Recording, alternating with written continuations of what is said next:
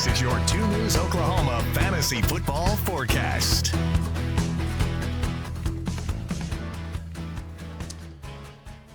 I've hit my my fantasy depression. Yeah. I got eliminated from our playoffs. Womp, womp. Caden put up the most points that anybody has scored in the league all year. Oh my gosh. When you were playing Zeke Elliott and getting... I know, yeah. And he even, like, on his bench, he still had, like, Drake London was sitting on his bench, and Zay Flowers was sitting on his bench, and they both had 20, almost 30 points, you know. Like, so I didn't have much of a chance coming back from that, but Wow. yeah, so. Well, I can tell you, I was in your shoes 1 week ago today, and it was depressing, but life does go on. Yes. In a week, you won't even really think about it anymore. Yeah, you know, it's one of those things that I'm like, well, and I was banking, I was like, maybe this other league I'll squeak into the playoffs, you know, because that playoff started a week after ours did in this league, and I would have needed a lot of help. I was sitting at 6 and 7, and I needed like multiple teams to lose.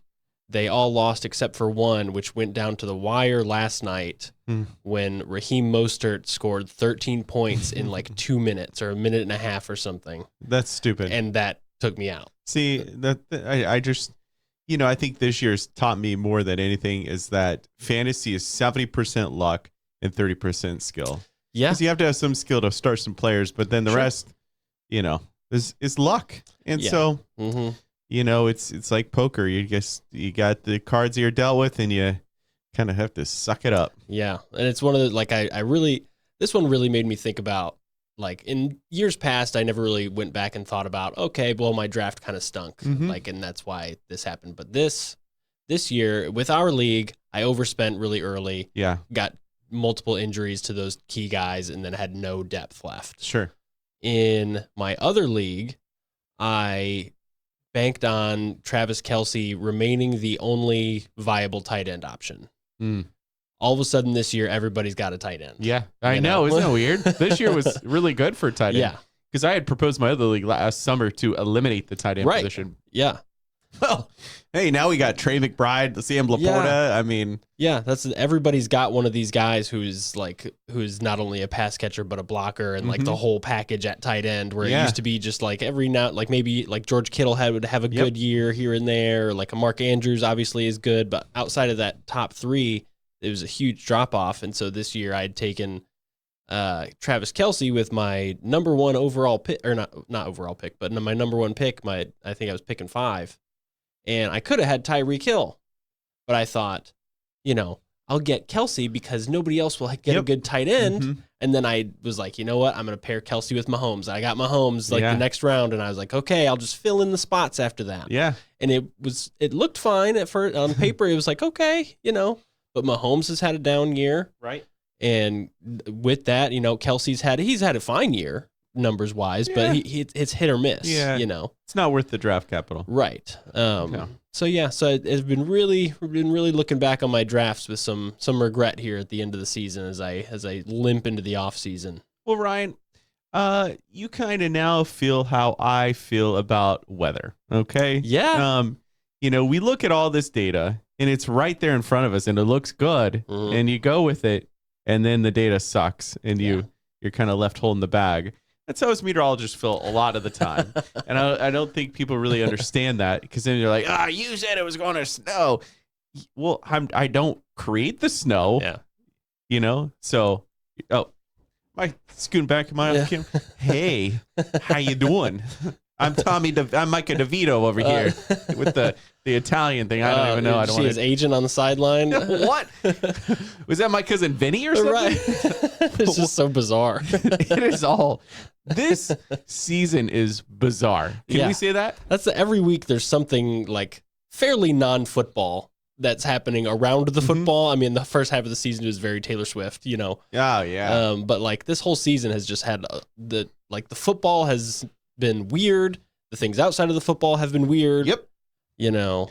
So I was at the Eagles-Cowboys game Sunday night, and it was weird just being there. I don't know. I felt like there was something amiss, even with the Cowboys too. I mean, I know they kick the Eagles' rear. I get that. Sure. The first half they did. The second half, I don't know. There was just something lackluster about that game.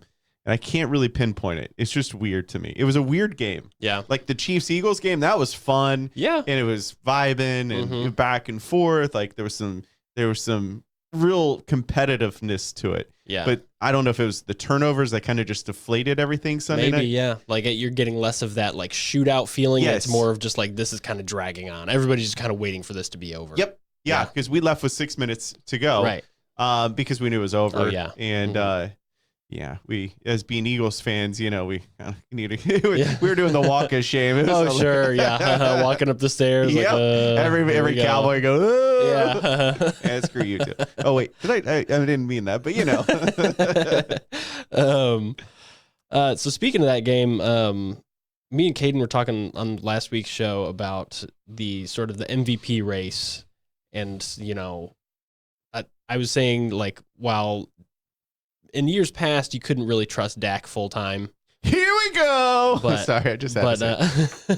Here we go. Yeah, That's all I heard was from fans. Yeah. And I thought maybe, because I was pretty close to the field, I thought maybe I could hear him do it. Yeah. Not once. Really? Oh, Did he do it Sunday night? Oh, yeah. Oh. Yeah. So I didn't hear him once. Yeah. That's, So, that frustrated me because I'm like, TV's lying to me. Well, that's how like the ambient sound in there is so loud. Yeah. Even though it does, like you said, like the vibe wasn't really like, it wasn't like a raucous crowd or anything, but just the vibe, like just everybody talking. You can't, the field, unless you're right up on it, sure, you can't really hear that much of anything. Yeah, we could not hear one. Here we go. I was waiting. All I heard was fans around me doing it, but oh yeah, I felt cheated. But so he may win MVP after that. He looked good. He in person. Someone asked me one question like, "Is Jalen hurt?" Jay looked fine out there, other than fumbling. I mean, their offense is not clicking right now. You could tell that they just couldn't get it on going. So that's a separate part. Dak looks he looks loose. Yeah, he's just like super fun comfortable. Out there. Like that season before the season that he broke the ankle in. That was his best season until he broke the ankle. Sure. And that's more what he looks like right now, is just like loose, comfortable in the offense. And, it's one of those things that, obviously the MVP was as an award, very narrative driven. Yeah.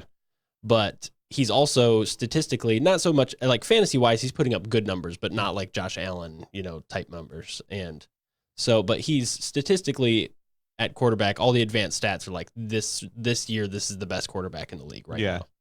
I'll say one more thing. I got to get off my chest. This is Festivus season. We get absolutely airing over grievances. Yes. So I posted a picture.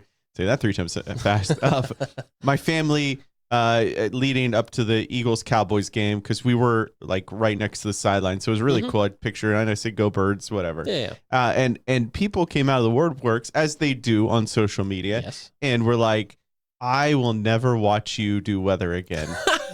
And I'm like, can you imagine if I sat there and found these people? I hate you as a person because you're a Cowboys fan. I'm like, right. Just think if there were never any other teams in this world, what fun would it be to be a fan? I know. That's the whole point, is just the discourse. Yeah. Yeah, it's a game. It's fun. My team's better than your team. That's where it should be, not you are the evil of life. Right. I know. As if like the Eagles are some like horrible team to like, like they're one of the, standard, like it's an NFL team that, has a bunch of players on it that are, there's no problematic anything there. It's just the Eagles, just rivals. That's all. It's a good, fun rivalry to have. Yeah. And if there weren't fans in other teams, it'd be quite boring, because you would just, everybody be rooting for the same team. Oh, like, sure. Yeah. Boring. Like, I just was stunned that these people would be so hellbent on and picking other meteorologists. That's why I'll watch him for now. Okay. Well, good, because you probably weren't watching me in the first place. Well, that's the thing. Like, when people do that, it's like, okay, well, you obviously weren't all that loyal to anyone. No. And, if that meteorologist that they're going to says something, mildly that they don't agree with, they're going to be like, okay, well, I'm going to go to this other guy, Exactly. and eventually you run out of meteorologists in town. Exactly. I just told him, I was like, listen, whoever you choose to watch, good for you. You know, Yeah. I mean, like if this is a reason that you choose to watch this person that has your life I know. potentially at hand, you know, with severe weather, then that's good for you. I'm happy for you. Go on. I never expected you to be a viewer anyway. So. Right. You know what? I watch Mike Collier because he's an Eagles fan, not because he keeps me safe. Yeah. Like that he genuinely cares that he lives in this, born and raised in this community, and you know, has family in this community that he really cares to help keep people safe. No, he's an Eagles fan. That dirty rat. Okay, sorry. I'm going to Sure, be quiet yeah. the rest of this No, podcast. it's fine. No, well, you got to say something because otherwise I'm just talking to myself. I'd rather listen to that. So I'm thinking like Dak's probably got, assuming they don't like absolutely collapse in these next 4 games. Dak's probably got the MVP wrapped up. Yes. Um, But yeah, I'm not sold 100% on it yet. sure. Tyreek's injury is going to put him back some. So I mean, yes, it does elevate. I just feel like the Cowboys, they got to go on the road a lot. They do. Yeah. And that's going to be the truth teller. Yeah, that like they got to be on the road in Miami and then in Buffalo. Mm-hmm. You know, those are 2 tough games. Yeah. Just despite what happened to Miami last night. You Right. know, it is, Right. and with like you mentioned Tyreek, who like for my money, like if I were picking the MVP, I would pick Tyreek Hill. Yes. I mean, you could see what happened in that game last night. Absolutely. As soon as he comes off the field, that team like it was an entirely different team. And I know there's like some offensive line injuries there as well, but the offense was totally different. And Tua seemed frazzled the entire time. Yes. You know, he made his case for MVP at that point. You Right. know. But Will Levis, I like Will Levis. Yeah, he's such like a meathead, He's and a jabroni, it cracks you know? me. Yeah, Yeah. he cracks me up. He's yeah, he's just nonstop like go mode, you know. Yeah. And Des Bryant had some interesting tweets about how, you know, the adversity he went through with his girlfriend dumped him because he went in the second round, you know. But I mean, hey, he kept pushing towards it, and he's doing well. I can't say he's doing great, but he's doing well. And he's something that might do really well next year. Yeah, he'll be okay. He'll be the starter starting next year. He'll be Sure. fine. And the coach seems to like him. Yeah, And DeAndre Hopkins seems to like him. so- and Vrabel's kind of like a meathead in his own right, so he's probably all about that sort of yeah, thing. I thought, though, that Vrabel would be more like, shut up, sit down, boy. Maybe, yeah. Not, Yeah. you know, like... he probably, based on the quarterbacks that he's had, he probably wants a guy who's like oozing confidence. yeah, you know? that's probably true. That's probably true. So with Tyreek's injury, that's an ankle deal that he's dealing with, worth monitoring. So are we sure it's his ankle, not his knee? He said that they said the ankle Okay. leading into this morning. I don't know what they've gotten checked out. He had the ankle wrapped last Oh, night. okay. Then it was ankle. Yeah. But I just caught the brief, and I thought it looked like his knee, so that's the only reason I asked. yeah. But yeah, so that's worth monitoring. I Okay. don't know if it was just, you know, the way he was talking about it after the game, it seemed like he went in based off adrenaline, you know, as opposed to like how his ankle was feeling. I want to hear your hot take on this. I want you to say it, and I'm not going to read it beforehand. Go ahead. The last storyline there. Oh, sure. No, I think Hot take alert. so I've always been down on Deshaun Watson since going to the Browns, outside of all the outside of football stuff. Yeah. You know, like as a football player, he took all that time off, came back super rusty, and it was like, okay, well, we get it. He hasn't played football in a while. Then the times that he was healthy this year didn't look all that great. Sometimes Sometimes. he looked really good. Right. Sometimes he didn't. Yeah. But when you pair that with the money Sure. and how the team Draft was performing capital, when he was out there Sure. versus not out there, Yeah. I think Joe Flacco's a better option for this team. Not saying going past this year. I don't care about what Joe Flacco does next year. Okay. But for the end of this season, like Okay. say Deshaun Watson magically Gotcha. was healthy Yeah. next week, I would take Flacco heading into the playoffs. Wow. I've just never been a huge Flacco fan, even in Sure. his day. After that Super Bowl run that the Ravens had, he was not like a trustworthy quarterback. Did he win the Super Bowl with them? Yeah. Okay. Yeah. He was. Okay. Yeah. Yeah, I mean, like, he won a Super Bowl, so what can I say? Yeah, I mean, I get that. It's a valid point. There's some weird issues with Deshaun. Sometimes he looks like the old Deshaun. Sometimes he looks like this guy hasn't played in 2 years. So I don't know what the hell's going on there. Maybe so, you know. Flacco, man. I don't know if I could put my eggs in that basket. He just looks more comfortable running that offense than Watson did. like Watson always kind of seemed like he was like in a, he was constantly sort of dancing around the pocket. No, I agree. And I mean, that's also a style of play thing. Like Joe Flacco probably should move around the pocket a little more, but just saying as flat footed as anyone has ever stood. But I don't know, something about it, like it's been a lot smoother. The offense is and it's not like explosive by any means. Sure. But he's finding guys. But this quarterback, I don't know. There's something weird going on. And I mean, I'm not saying it's rigged or anything. It's just weird. You got this Browning kid, scoring 20 plus fantasy points. If you squint, it's Joe Burrow. If you squint, it's better than Joe Burrow. Yeah. You've got Flacco coming back. You've got my cousin Vinny as a quarter. What on God's green earth is going on? And all those teams are like, okay, maybe they have something here, and it's like just these random quarterbacks who are coming in. And then you get, what other team that has a horrible, well, I mean, Cleveland, they had to go through 4 of them to finally get this guy. Drew Lock didn't look so bad. Zach Wilson had a bounce back week. Zach Wilson looked darn good. Going through the 10 boy, I don't know. It's just weird. When I was a kid, they had the best backups. I used to be able to name all the backups on every team. All the backups used to be like career backups. Yes. Like it was like they were there and they were there for their careers. Yeah. And now there are not so many of those guys anymore. Like no. It's always just like some young dude who they were like, we'll save some money on this guy. Yeah. My son randomly the other day goes, Dad, when I grow up, I want to be the 3rd string quarterback. I'm like, what? What kind of goal is that to achieve? I mean, it's a lot of money to stand there and I was starting to look at a clipboard. I started thinking about it. I was like, you could make quite some money off of that. Not get banged up so much, like occasional game appearance, maybe win one. Yeah, all the practices, you're wearing the red jersey, so you never get hit there either. Yeah. Oh, son, maybe you're smarter than I. He's onto something. Yeah. But yeah. So that's my lukewarm take. Is I think for the rest of the season, I would prefer Flacco to Watson. Even in fantasy, because like Watson, while he has the fantasy ceiling, like with the running and everything, Flacco's a lot more consistent. I know, I understand. I'm still a little bitter about Deshaun. That's why outside of the personal life stuff, as I tell everybody. It's funny. I forgot to mention when I was talking about Caden's big performance. He had 3 of our top performers here. He had Lamar Jackson, Zeke Elliott, and Deebo Samuel. Okay, you want to hear something really pathetic? Because I was working with him that night.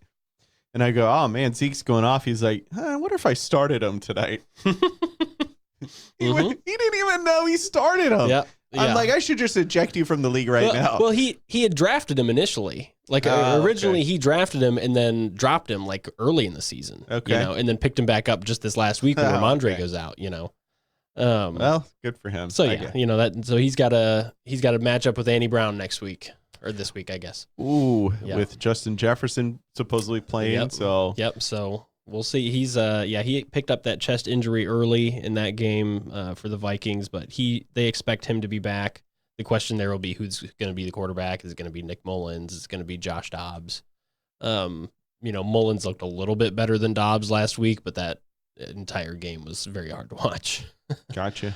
Other injuries, Justin Herbert dealing with the finger injury. He is getting surgery on it. Out for the season? I don't think he would be back at before the end of the season. Easton Stick comes in. He had 2 fumbles. What's up with these backups' names too? I know. That's what's even more astonishing. Yeah, it just they seemed like made up people like Tim Boyle, not a real person. Yeah, not a real person. Enter NFL script. Right. Easton Stick. Right. That sounds like he's no stick in the mud. Yeah, that sounds like somebody like the script writer sitting there like talking to like his little like kid son, like, oh, give me a name. Easton Stick. That will stick. Josh Jacobs goes out with a quad deal. He's questionable right now. It's worth monitoring. Zamir White and Amir Abdullah are the backups there. I don't know. I haven't heard from him forever. Yeah, I don't know if one of those will be particularly good to start, but just because of the state of that team, the Raiders are not a super trustworthy offense right now. Jerome Ford picked up a hand injury. The x-rays on it were negative, but that'll be worth looking at. He's been splitting time with Kareem Hunt, but Ford's still been getting a lot of work. And then the Texans had, they're just falling apart injury wise, getting, hurt at the worst time of the season. Obviously Tank Dell goes out last week. Did you know they don't sell Tank Dell youth jerseys? Really? Yeah. Kind of crazy. My son wanted one for Christmas. It's like, that's a proud dad over here. And sure. Yeah, they don't sell youth ones. Huh, that's weird. Very weird. Especially like you'd think it's not that much of a different, like based on the mass production of jersey sales, you'd think it'd be easy to just be like, okay, here's our supply. I mean, it was a of Tank third round pick. It wasn't like he was a walk on tryout guy. Yeah. Yeah. And he was like good very early. So it's even if they weren't printing him at first, it seems like it'd be something they could get rolling on. So Tank Dell went out last week. Nico Collins goes down early in this last week's game with a calf injury. That's one that will be worth mentioning. They didn't really talk about how serious it was, but he did come out for the rest of that game. Then CJ Stroud dealing with a concussion. He was still in the protocol as of this morning. Mm-hmm. So that's another one to keep a lookout on, especially with them. They're really trying to make a push for the playoffs here, and that division's pretty competitive with the Jags and Colts. Possible pickups. Chase Brown, the backup running back for the Bengals, has been slowly coming on and then really had a breakout performance this last week. 105 total yards, 19.5 points. One of those was like a kind of pretty big run, so that accounts for a chunk of that. But they've been using him quite a bit, and then also still having Mixon there with Browning. So I mean, that offense has been working for the most part. But it seems like it's a little less throwing, a little more running, regardless of whether or not Browning is slinging it like he has been.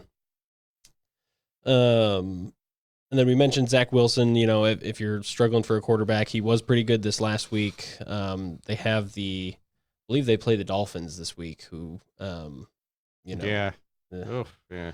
I don't want to watch. This is a good thing about being fantasy. I'm not forced to watch all these stupid games. Yeah. I just occasionally look. Just because I'm in a dynasty, I just want to see how the players are doing. But I don't have to watch these junky games. It's true. Kind of nice. It's very freeing. Yeah. Very freeing. Well, that's where I'm at kind of right now. Is Sorry. I'm worried about the Lions, because I was like, normally I'd be like, okay, well I say normally, but in years past I wouldn't have cared anyway. But yeah, right. But this year, I would want expectations were higher, right? And so I would want the Lions to be, playing well. And they play this Saturday night, which is one thing to look out for. A lot of games this Saturday. Minnesota? No, they've got Denver at home. Ooh, Denver's been hot. Yeah. Mm-hmm. That defense has been good. Yeah. Patrick Surtain, is he back? Whatever. Yeah. But yeah, so they've got them, and so it's one of those things like I wish I could look forward to watching this game, but boy, am I sick of watching the last few weeks of Lions games. Right. They've not been good. Last possible pickup, the backfield in the Kansas City, if Pacheco remains out, which he could be back this week, but Jerick McKinnon had a decent game this last week, and then Clyde Edwards-Helaire. Clyde Edwards-Helaire. He's been he's obviously the other guy there to keep an eye on. Sunday Night Football, a pretty good one, I think, with Trevor Lawrence it being healthy, should be good. It's weird it's funny that you say that. It's just perspective, this just sounds awful. Yeah. Yeah, I'm not a big Baltimore fan. Yeah, that's the offense is weird to watch. Yeah. Yeah. And Jacksonville, I think it's got potential to be like a shootout type game. I hope so anyway. But then like it's just one of those things when it comes to like teams like Baltimore and just any of those AFC North teams, I'm just always worried for like the 10 to 12 game, Oh, yeah. See, that's what I think of when I see Baltimore. I'm like, blah. Right. And maybe it's just all those years that were the Flacco years. That just makes me think like, okay, Baltimore more than 15 points. Exactly. Now what's interesting is primetime forecast. We're all like so similar. We're pretty close. Yeah. Like if Caden didn't have that push week 1, he'd probably be 6-8. Isn't that weird? Yeah. That's the thing. Like for a second, there were times like I started to pull away, then I came back, then Caden starts to pull away, then he comes back, and then you like pulled away a little bit, like I think a couple weeks ago, and then you're back. But yeah, we're all sitting here. I'm 6-8, you're 6-8, and Caden's 6-7-1. Well, I'm gonna do something different this year or this week. I'm gonna go Lawrence down. Oh, hold on. We gotta play our music. We gotta play. This is the primetime forecast. All right, who are you taking? Lawrence down. Down. I barely do Trevor down, Lawrence. so this is going to be sure. I'm gonna go higher on Keaton Mitchell. I like it. I like Keaton. He's totally taking control of that backfield. Gus Edwards is slowly getting less and less touches. Although big moments. Our boy from Tulsa, Justice, he came flying back up again this last game. Mm-hmm. Yeah, it's one of those things. Like every now and then, it's like boom, there he is. But yeah, I think he'll do pretty well. And I'll get a pick from Caden, and we'll see if we can't create some distance in this in these standings. There we go. For Mike Collier, I'm Ryan Love. See you guys next week. Love you, Cowboy fans.